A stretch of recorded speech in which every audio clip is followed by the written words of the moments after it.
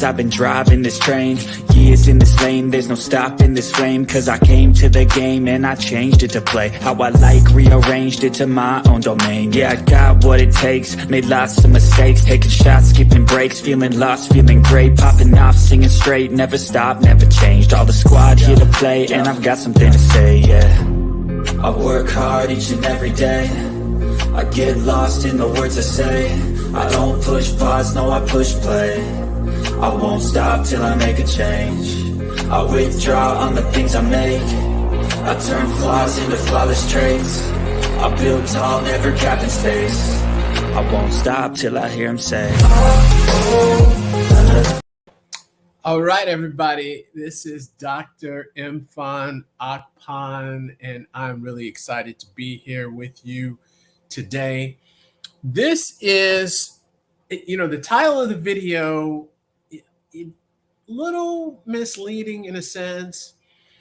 The video is really about a gentleman named Leopold Aschenbrenner. And it is a reaction video to Dr. Sabine Hossenfelder's video, which I think she raised some really great points. But I wanted to give some background. So Leopold Aschenbrenner worked for OpenAI. And as you say, here's some receipts. So when I first watched him, I watched a interview video of him, and I said, you know what, that name sounds familiar. And I realized, okay, I knew that name. I received an email from Leopold Aschenbrenner. So I said, I knew that name. And it's true, he did work for the super alignment team. And earlier this year, I applied for a grant. It's called a Super Alignment Fast Grant. And I got an email from Leopold at OpenAI. So, thanking me for my application, Super Alignment Fast Grants. They're going to review it. So I thought that was very interesting. Very interesting that I received this email, got this information from him. So when I saw him online, I'm thinking, wait a minute, I that name sounds familiar. And then that all clicked. So, which had me to dive deeper into Leopold. And he wrote a paper. And that's what the reaction to the reaction of Dr. Hossenfelder to this paper. So I'll show you the paper as well. And so you can take a look at it. And you can actually go to a website. So this is the paper. So it's Situational Awareness, the Decade Ahead. So, and this was written June 2024 and by Leopold Aschenbrenner. Very interesting paper. So you've got GPT-4 to AGI, counting the orders of magnitude, from AGI to superintelligence, the $1 trillion cluster, lock down the labs, super alignment.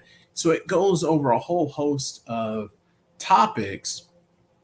If you go through the paper, you can also have a PDF version. I'll show that to you as well. There's a PDF version where you can, I think that's a little bit easier, clicking through the links in the paper, and you can kind of maneuver through it. Let me see if I can pull that up. Let me see if I can just upload it. I think I can upload. Yeah, there it is. So I'll be able to upload the file. So let me upload it and then we can take a look at it.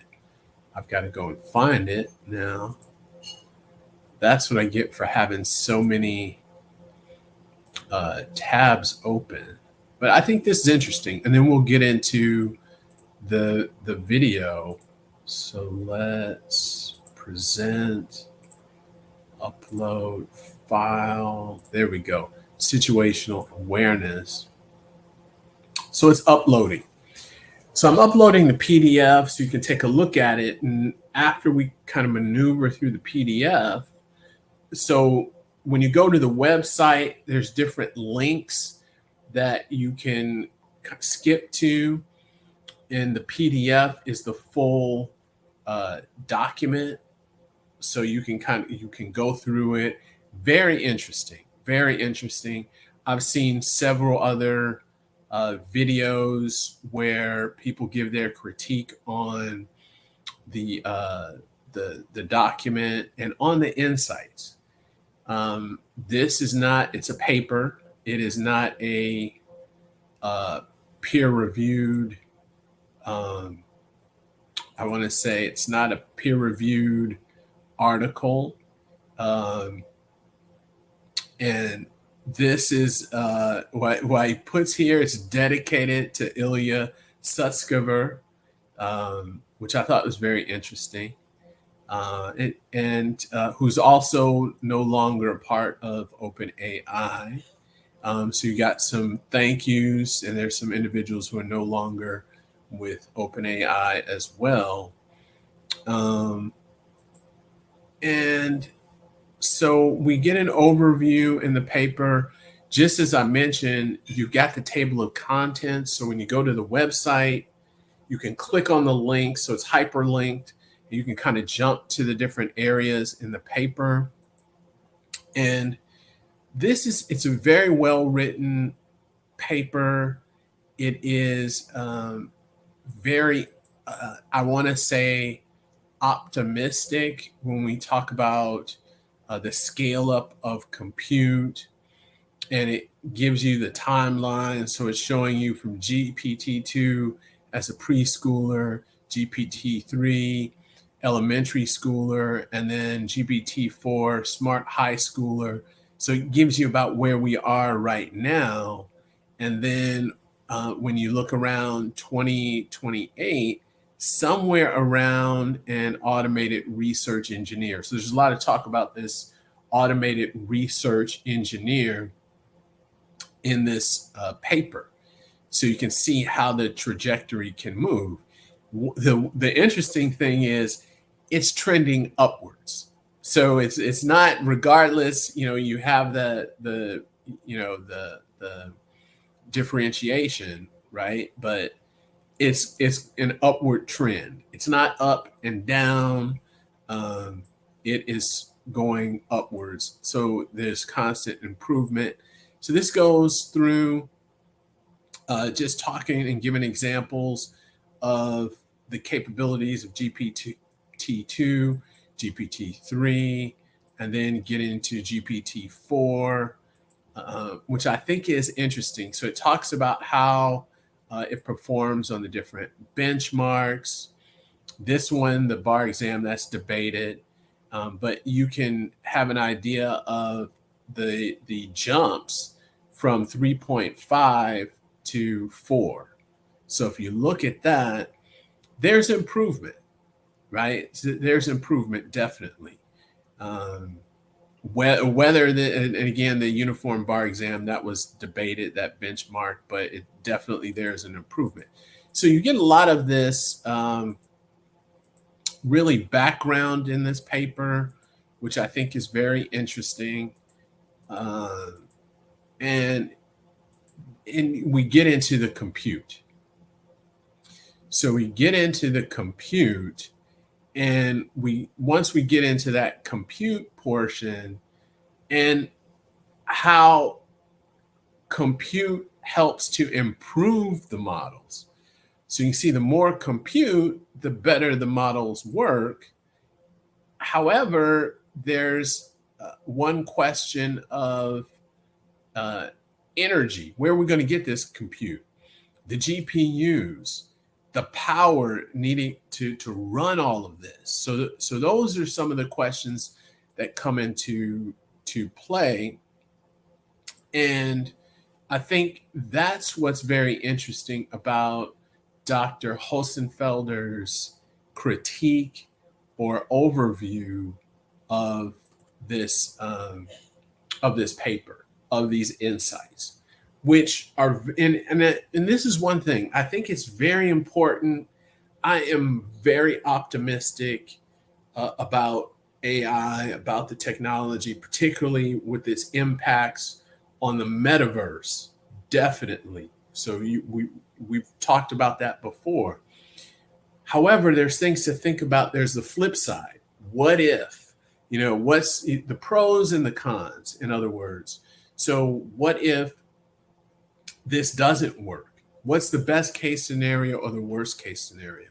And I think that is very important to discuss and to be aware of, and also to understand.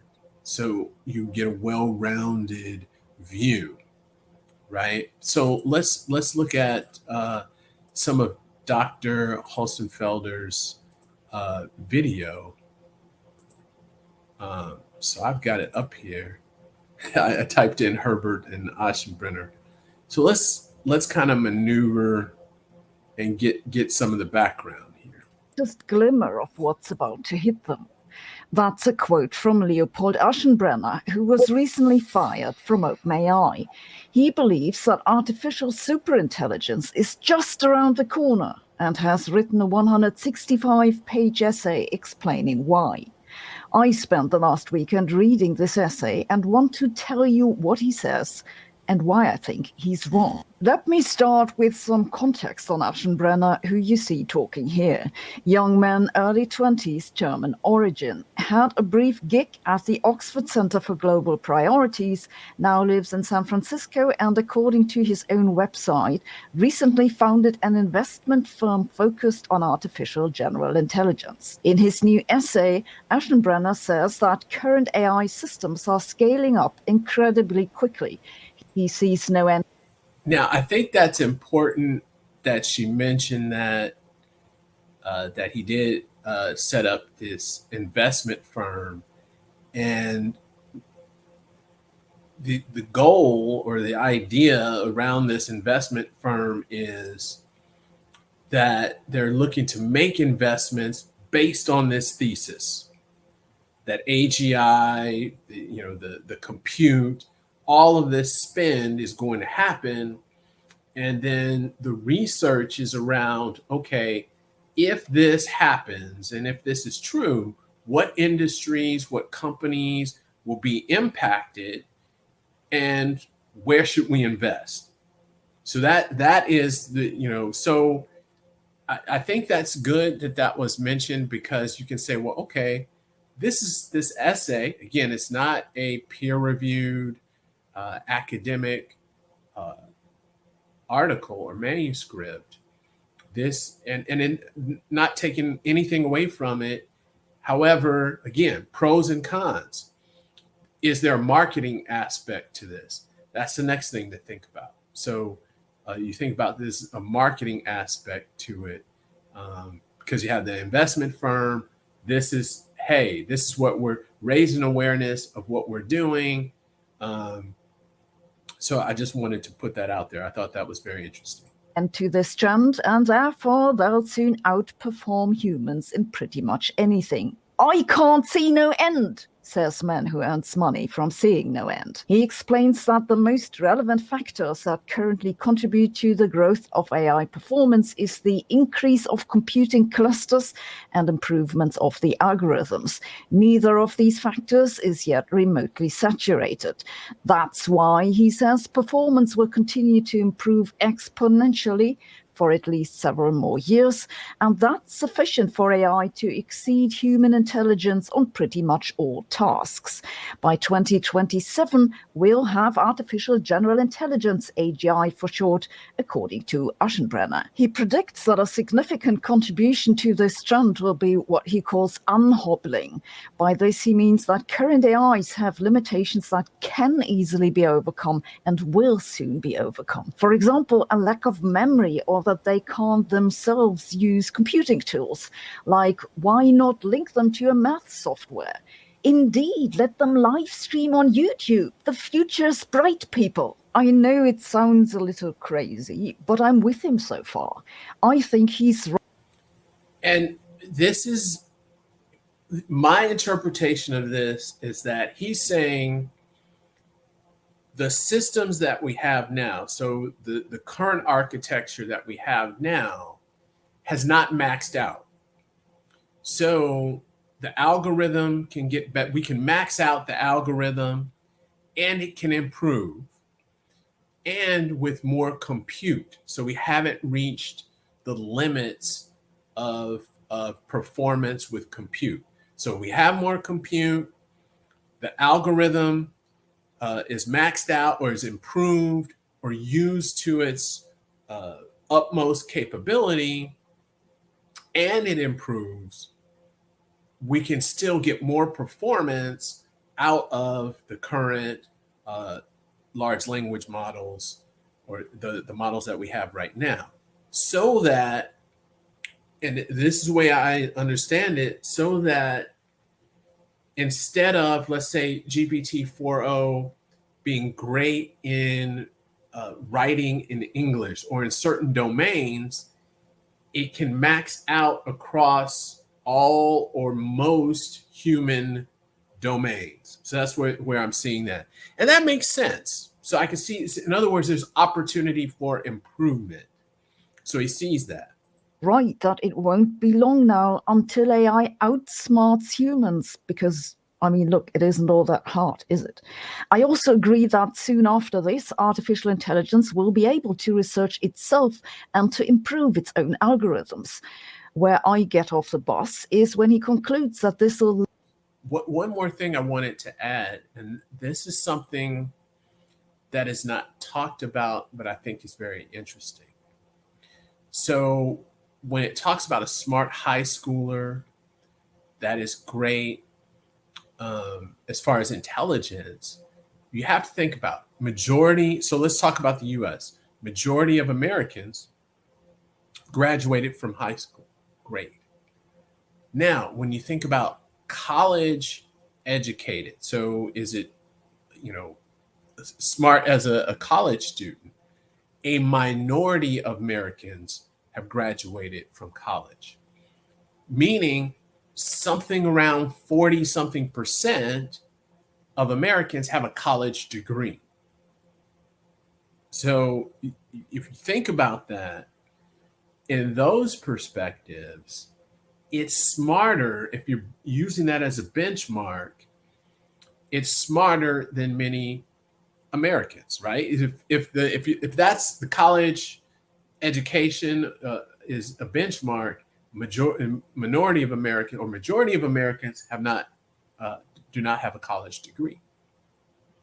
Now, the other part of that is the model may be, so when you think about a college degree or a college student, okay, there's different majors. So it may be better in certain areas, maybe English, right? Writing, in certain domains or certain benchmarks for different majors.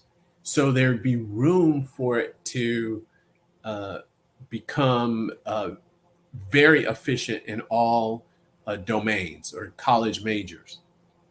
The other thing is a English major. If you gave an English major a physics problem, they may have problems solving it. However, the language model may do better in the physics problem than the English major. So I think that's a tie-in. The other thing is that I thought was interesting was reading level. Somewhere around 60% of Americans read at a sixth grade, either sixth or eighth grade level. So when you think about that and you think about these language models and you compare that to everyone as a whole, it is quite remarkable. So I just thought I would bring that up. Lead to the intelligence explosion, accompanied by extremely rapid progress in science and technology and society overall. Do you get off the bus and miss the boat, or get off the boat and miss the bus? These damn English idioms always throw me off. The reason I don't believe in Aschenbrenner's predictions is that he totally underestimates the two major limiting factors, energy and data. Training bigger models takes up an enormous amount of energy. According to Aschenbrenner, by 2028, the most advanced models will run on 10 gigawatts of power at a cost of several $100 billion. By 2030, they'll run at 100 gigawatts at a cost of $1 trillion. For comparison, a typical power plant delivers something in the range of a gigawatt or so. That means by 2028, they'd have to build 10 power plants in addition to the supercomputer cluster. Can you do that? Totally. Is it going to happen? You gotta be kidding me. What did all those power stations run on anyway? Well, according to Aschenbrenner, on natural gas. Even the 100 gigawatt cluster is surprisingly doable, he writes, because that'd take only about 1,200 or so new wells. Totally doable. And if that doesn't work, I guess they can just go the Sam Altman way and switch to nuclear fusion power. Honestly, I think these guys have totally lost the plot. They're living in some techno-utopian bubble that has groupthink written on it in capital letters. Yes, Helion Energy says they'll produce net power from neutron-free nuclear fusion by 2028, leaving aside that there are some reasonable doubts about how neutron-free this neutron-free fusion actually is, and I for sure wouldn't go anywhere near the thing. No one has ever managed to get net energy out of this reaction. I talked about all the fusion startups in an earlier video. Then there's the data. Okay, so you've trained your AI on all the data that was available online. Now what? Where are you going to get more data? Aschenbrenner says, no problem, you deploy robots who collect it. Where do you get those robots from? Well, Aschenbrenner thinks that AI will solve all remaining robot problems, and the first robots will build factories to build more robots. So she makes some great points. And what I wanted to say about that is you've got Aschenbrenner on one side, and then you have Dr. Hossenfelder on another side saying, so Aschenbrenner saying, hey, this is what it's going to look like, right? Then you've got Dr. Hossenfelder saying, you know what, it's not realistic. It's not going to happen. So I call this a black and white issue, which means there's got to be some gray. So we already know things are trending up.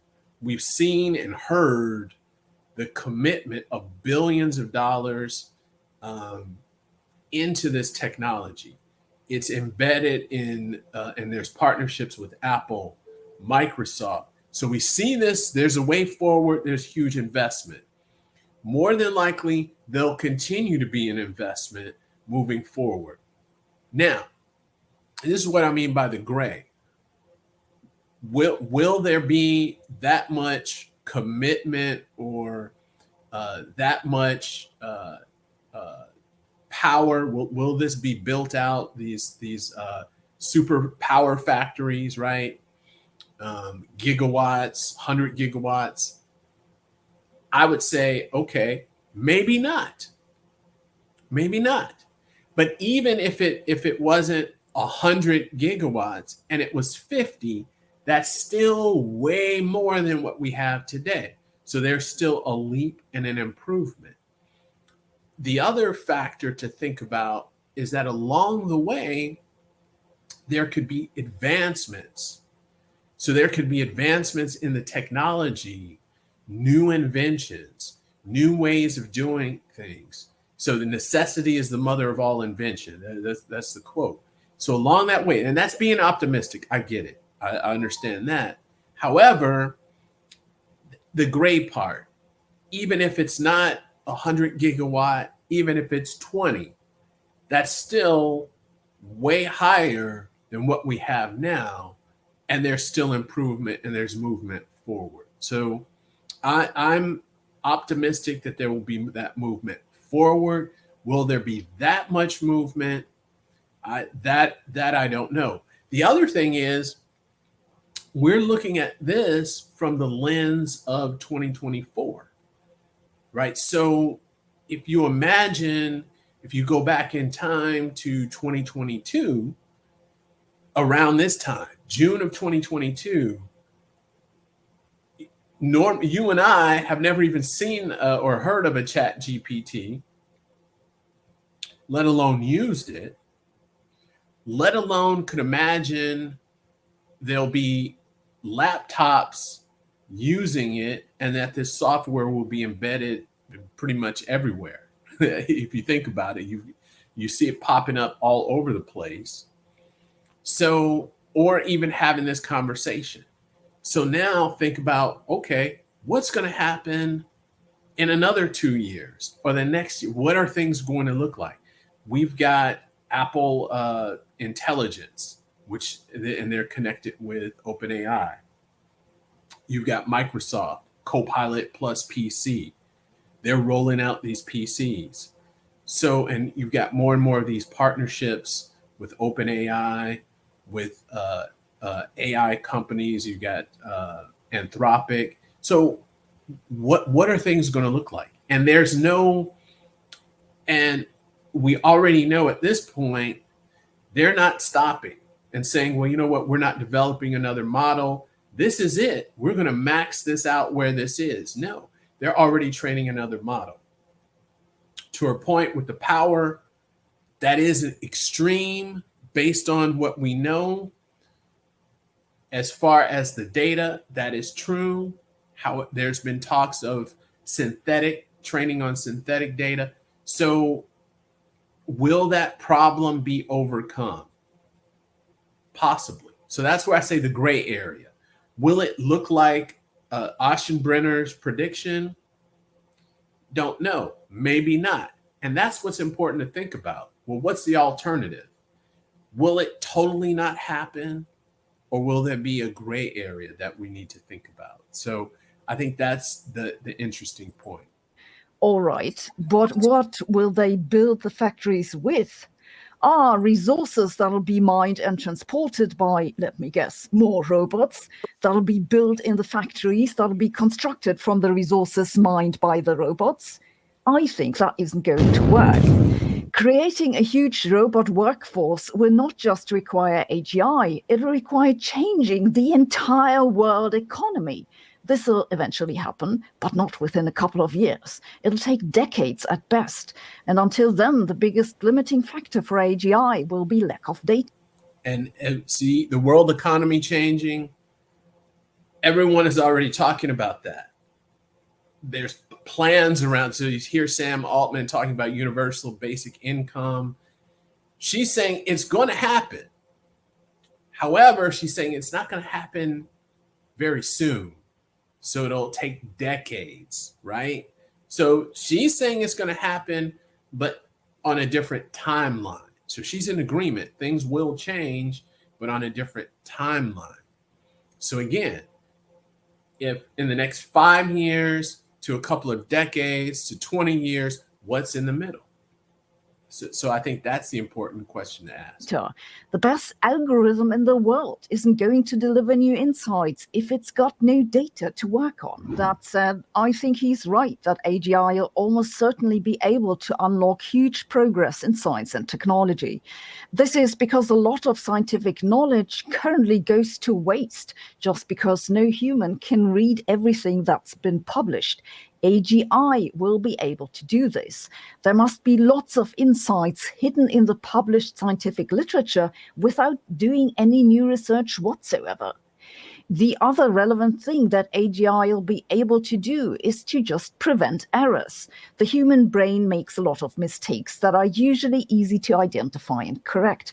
Logical mistakes, spices, data retrieval error, memory lapses, why did I go to the kitchen, and so on.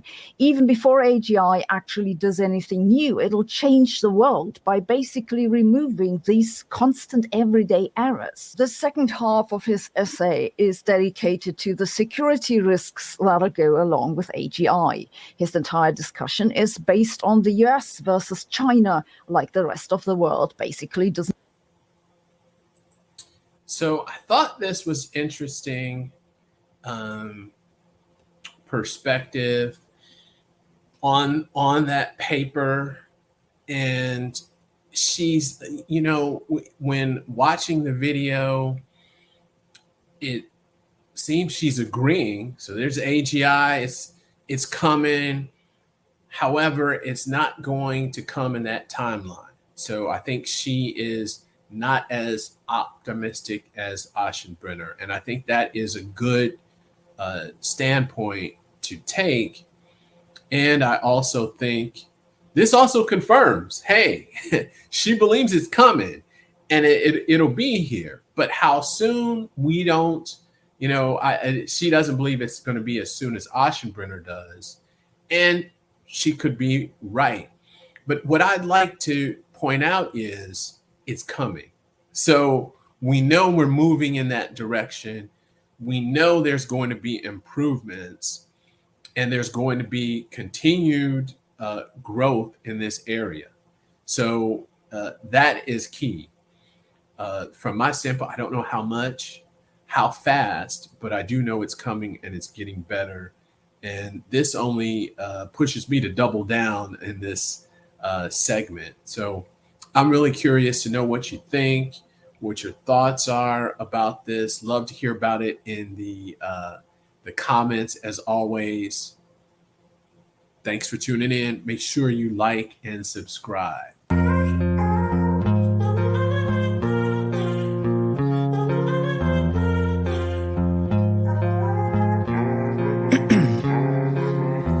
In my veins, I've been driving this train.